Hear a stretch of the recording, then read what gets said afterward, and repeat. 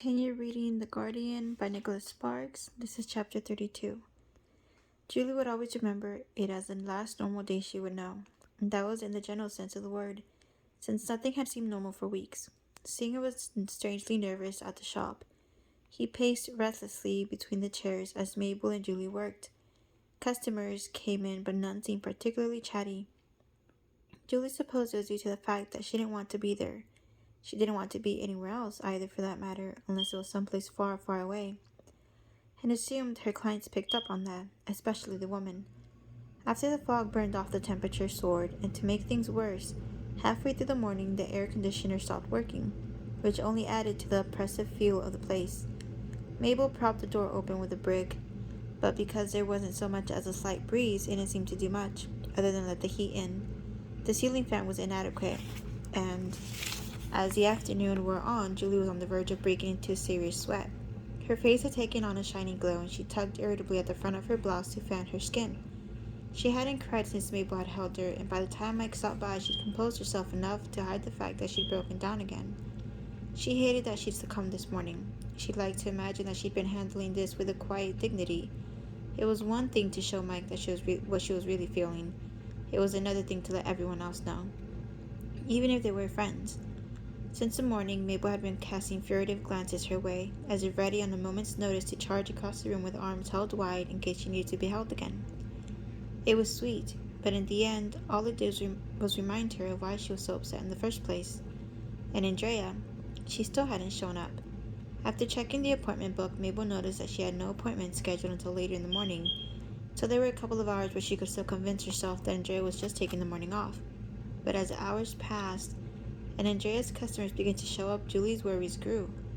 Though she and Andrea weren't really friends, she hoped Andrea was okay, and she prayed she wasn't with Richard. She debated calling the police, but what would she say? That Andrea hadn't come in? She knew that the first question they would ask was whether her absence was unusual, and Andrea had always been flighty about coming to work. When did Richard and Andrea get to know each other, anyway? During the haircut? There had obviously been some sort of attraction on Andrea's part, but from what Julie observed, Richard hadn't seemed to respond. No, she thought. His eyes had kept angling toward me while I worked. He looked at me then the same way he looked at me as soon as Edna had walked away. Andrea was with Richard, Emma had told Mike. I just saw him kiss her. It wasn't more than a few hours after she'd seen him in the woods that Emma had called. Moreover, if they were together in Moorhead City, a half-hour drive from Swansboro, he must have gone from their little visit to meet Andrea. And he did this, she thought, right after he told me that he loved me. It made no sense at all. Had Richard known that Emma was nearby? Though they'd met only once, she had no doubt that Richard would recognize Emma again, and she wondered if it was intended as some sort of message for Emma to report back. But if it was a message, she couldn't figure out what it might be. If he'd done it to lure her into a false sense of security, he was barking up the wrong tree. She wasn't about to fall for that one again. No way, no how. There was nothing he could do to surprise her anymore.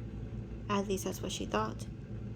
On the phone with Casey Ferguson of J.D. Blanchard, Jennifer held her pen over her pad. Yes, of course, Ferguson said, continuing to stall. But we're not supposed to release this information. Personnel files are confidential. I understand that, Jennifer said, shifting in her chair, doing her best to sound as serious as possible. But as I said, we're in the middle of an investigation. We have strict confidentiality agreements. The states require them for us when we contract with them. I understand, Jennifer said again. But we have to. We'll subpoena the files. I just didn't want your company to be accused of obstructing an investigation. Is that a threat? No, of course not, Jennifer said, but she knew she'd overplayed her hand when Ferguson spoke again. I'm sorry, I can't help, Casey Ferguson finally said. If there is a subpoena, then of course we'll be happy to cooperate. A moment later he clicked off, and Jennifer swore under her breath as she hung up the phone, wondering what she was going to do next. That night at Julie's, Mike took her hand and led her to the bedroom. They hadn't made love since the night before they'd encountered Richard in the bar. Despite that, neither of them felt any sense of urgency. Their lovemaking was slow and tender, filled with gentle kisses. Afterward, Mike held Julie close for a long time, his lips brushing against the skin between her shoulder blades. Julie drifted off until Mike's movement roused her from her sleep. It was dark but early, not yet 10, and Mike was pulling on his jeans. Where are you going? I have to take Singer out. I think he's gotta go. Julie stretched. How long did I sleep? Not long. An hour or so. Sorry. I liked it. It was nice listening to the way you were breathing. You must have been really tired. Julie smiled. I still am, but I'm going to grab a bite to eat. Do you want anything? Just an apple. That's it? No cheese or crackers or anything? No, I'm not all that hungry tonight. Just beet. He slipped out of the room as Julie sat up and turned on the lamp, squinting as her eyes adjusted to the light. She rose and went to the chest of drawers to pull out a long t-shirt. Pulling the shirt over her head, she walked down the hall. Mike was standing in the doorway waiting for Singer, and he glanced at her as she passed him on the way to the kitchen. She opened the refrigerator and pulled out a yogurt and a couple of chocolate chip cookies, then grabbed an apple on her way back out. It was while passing through the living room that she saw the locket, and she froze. It was on the desk near her calendar, partially hidden by a stack of catalogs, and the sight of it made her suddenly queasy. The locket brought with it images of Richard, how he'd looked as he'd given it to her. Richard suddenly grabbing for the door, Richard in the woods waiting for her. She didn't want it in the house, but in all that had happened, she'd forgotten it was there. Now it was on the desk, and she'd spotted it easily without looking for it, without wanting to see it. Why hadn't she seen it before now?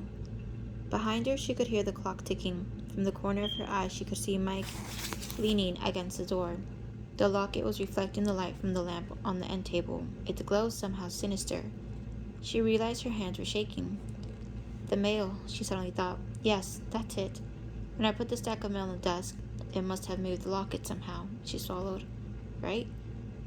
She didn't know. All she knew was that she didn't want it in the house anymore.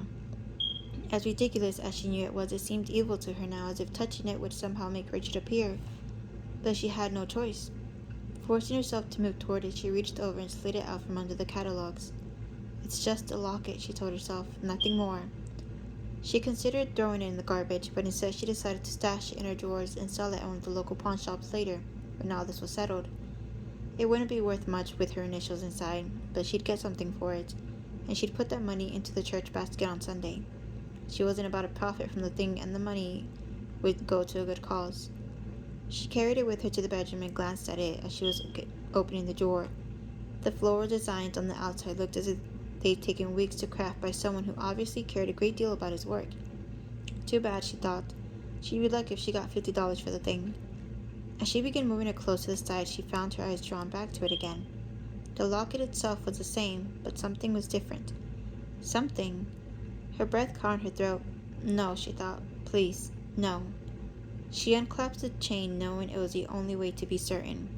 Moving toward the mirror in the bathroom, she drew both ends around the back of her neck, holding it in place where it should clasp. Then looking into the mirror, she tried to steel herself for what was already obvious. The locket, which once nestled between the upper parts of her breast, now rested 2 inches higher on her chest. I'll get you a shorter chain, he'd said. That way you can wear it whenever you want. Julie suddenly felt dizzy, and she backed away from the mirror, letting go of the chain as if it had scalded her fingers. The locket tumbled down her blouse before bouncing against the tile floor with a metallic ping. Still, she hadn't screamed. No, the scream didn't come for another couple of seconds when she looked down at the locket. It had popped open in the fall, and from both sides, in pictures he'd chosen especially for her, Richard was smiling back at her. This time, Jennifer Romanello wasn't alone when she came to Julie's home. Officer Pete Gandy was sitting at the kitchen table looking across at them, not bothering to hide the dubious expression on his face. The locket was on the table, and Pete reached out to pick it up. So let me get this straight, he said, while opening the locket. You beat the guy up, and as payback he gives Julie a couple of pictures of himself? I don't get it. Mike clenched his hands beneath the table to keep from exploding. I told you already, he's been stalking her. Pete nodded but kept staring at the pictures. Yeah, I know. You keep saying that. I'm just trying to see if there are any other possible angles here. Possible angles? Mike asked. Can't you see that this is proof right here? That he's been in the house, that's breaking and entering. But nothing seems to be missing. There are no signs of a break-in. All the doors were locked when you got home and the windows were closed. You said so yourself. We're not saying he took anything, and I don't know how he did it, but he did. All you have to do is open your eyes. Pete held up his hands. Now take it easy, Mike. No reason to get upset. I'm just trying to get to the bottom of this. Both Jennifer and Julie were as steamed as Mike, but Pete had told Jennifer that he was going to handle this once and for all, and that she shouldn't say a word. Her expression was a mixture of horror and morbid fascination, especially after her own investigation this morning. Was it possible he could be this blind? Get to the bottom of this? Yeah, Pete said. He leaned forward and put the locket on the table again. Now, I'm not saying that this doesn't seem a little fishy, because it does. And if Julie's telling the truth, then Richard Franklin has a little problem that's going to require a visit from me. Mike's face tightened. He's telling the truth, he said through gritted teeth. Pete ignored the comment and looked across the table at Julie. Are you sure about everything? You're certain that the only way Richard could have put these pictures in here is by breaking into your house? She nodded. And you said you hadn't so much as touched this necklace in the last few weeks? No, she said. It was buried under some magazines on the desk. Come on, Pete, Mike cut in. What's that got to do with anything? Pete ignored the comment, his skeptical gaze still focused on Julie. There's no other time that he could possibly have put those pictures in there, he persisted. No other time at all. In the aftermath of his questions, the kitchen was strangely silent. Pete continued to stare, and under his knowing gaze, Julie finally realized what he knew. She felt her stomach clench. When did he tell you? She asked. Tell him what? Mike asked, when Julie finally answered. Her voice was quiet but filled with loathing.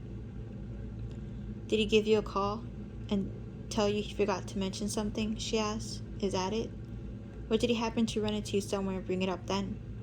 Pete said nothing, but he didn't have to. A sudden, almost imperceptible jerk of his head told her one of her guesses had been correct. Probably the latter, she thought. Richard would have wanted to tell him in person, so Pete could see him. So Pete could be fooled. Mike, meanwhile, was looking back and forth between Pete and Julie, trying to figure out what she was talking about. They had some sort of hidden communication going, one that left him feeling as if the whole situation were spinning out of control. Could you please just answer the question? Pete persisted. But Julie didn't answer right away. She continued to lock eyes with Pete. She did answer the question, Mike finally interjected. No, there's no way. Julie barely heard him. Instead, she turned toward the window, staring blankly at the drawn curtains. Yes, she said flatly. There was one time he could have done it. Pete leaned back in his chair, his eyebrows raised. When he spent the night, you mean, he said. What? Jennifer cried, her jaw dropping. What? Mike echoed. Julie turned to face him. Nothing happened between us, Mike, she said evenly. Nothing at all. His mom had died and he was upset and we talked, just talked. He fell asleep on the couch. That's what Pete is talking about. Though everything she had said was absolutely true, when she looked at Pete again, his expression confirmed that Richard had already implied something different. And Mike, Julie noticed, saw it too. Richard lowered the camera, equipped with a telephoto lens. The camera served as a makeshift set of binoculars, and he'd been watching Mike and Julie since they'd come home that evening, or rather, what he could see of them through the gauzy curtains. During the day, it was impossible to make out anything, but at night, when the lights blazed from inside, he could make out shadows, and that was all he needed. This was the night she would find it. He'd had to move the lock into better position after his meeting with Pete Gandy, of course, but he'd known she would see it on the desk. It would be nasty business, he knew, but there was no other way. It was time to end her little infatuation with Mike once and for all. After Mike had closed the door behind the officers, he leaned against it, using both hands for support, as if he were about to be frisked. His head was bowed, and Julie could hear his long, deep breaths. Singer stood off to the side, gazing at him curiously, as if wondering whether this were some new type of game. Mike couldn't meet her eyes. Why didn't you tell me? He said, raising his chin. Still standing in the kitchen, Julie looked away. I knew you'd be mad. Mike snorted, but she went on as if she hadn't heard him. But more than that, I knew it would hurt your feelings, and there was no reason to do that. I swear to you, nothing happened at all. All he did was talk. Mike stood up straighter, then finally turned around, his expression angry, hard. That was the night of our first date, wasn't it? It was also, he remembered, the night he'd first tried to kiss her, but she hadn't let him. Julie nodded. Nice timing, huh? It wasn't the time for jokes, and she regretted it immediately. She took a step forward. I didn't know he was going to stop by. I was just thinking of heading to bed when he came to the door. And what, you just let him in? It wasn't like that. We had an argument because I told him I didn't want to see him anymore. It got kind of heated, and then Singer... She paused. She didn't want to go into this. She didn't want to go into this at all because it seemed so pointless. Singer what? Julie crossed her arms and shrugged. Singer bit him. When I tried to close the door, he stopped it with his hand, and Singer went after him. Mike stared at her, and You didn't think any of this was important enough to tell me? Even after everything that's happened? That's just it, she pleaded. It wasn't important. I told him I didn't want to see him and he got upset. Mike crossed his arms. So let me get this straight. He said, he come to the door, you have a fight, Singer goes after him, and then you invite him in to spend the night? Correct me if I'm wrong, but your story doesn't seem to make a lot of sense. Don't be like this, Mike, please. Be like what? Someone who's a little upset that you lied to me? I didn't lie to you. No, then what do you call it? I didn't tell you because it didn't matter. It meant nothing and nothing happened. It's not like all this is happening because of that night. How do you know? Maybe that's what set him off in this direction. But I didn't do anything but listen to him. Mike said nothing and Julie saw the accusation in her eyes. You don't believe me, she asked. What, do you think I slept with him? Mike let the question hang for a long moment. I don't know what to think anymore. Julie flinched. Part of her wanted to lash out immediately, to scream at him or demand that he leave, but she resisted those instincts, Richard's words echoing through her mind. I'll bet that you haven't even told him that you let me spend the night at your house. How do you think he'd feel about that? She suddenly knew that this too was part of Richard's plan. He was playing them, just as he'd played Pete Gandy, the way he had at the Clipper. She took a deep breath, forcing herself to keep her voice steady, without anger. Is that what you think of me, Mike? That I'd sleep with a man I barely know on the same day I told him I didn't want to see him anymore? After I told you that I didn't even like the guy? Even after all the years you've known me, do you really believe I'd do something like that? Mike stared at Julie. I don't know. The words stung and Julie felt her eyes tear. I didn't sleep with him. Maybe not, Mike finally said. He reached for the door, but it still hurt to think you didn't trust me with this, especially after all this stuff started happening. I do trust you, but I didn't want to hurt you. You just did, Julie, he said. You just did. With that, he reached for the door and opened it, and for the first time, Julie realized that he was going to leave. Wait, where are you going? Mike raised his hands. I need some time with this, okay? Please, she said. Don't go. I don't want to be alone tonight. Mike paused and took a deep breath, but a moment later, with a shake of his head, he was gone. Richard watched Mike make his way down the walk and slam the door as he got in his truck. He smiled, knowing that Julie would finally understand the truth about Mike, that she couldn't rely on him, that Mike was a person who acted on impulse and emotion, not reason, that Mike wasn't worthy of her nor ever was, that she deserved someone stronger, smarter, someone equal to her love. In the tree, Richard couldn't wait for the moment until he led her out of this house, this town, this life she had let herself become trapped in. Raising the camera again, he watched Julie's shadow through the curtains in the living room. Even her shadow was beautiful.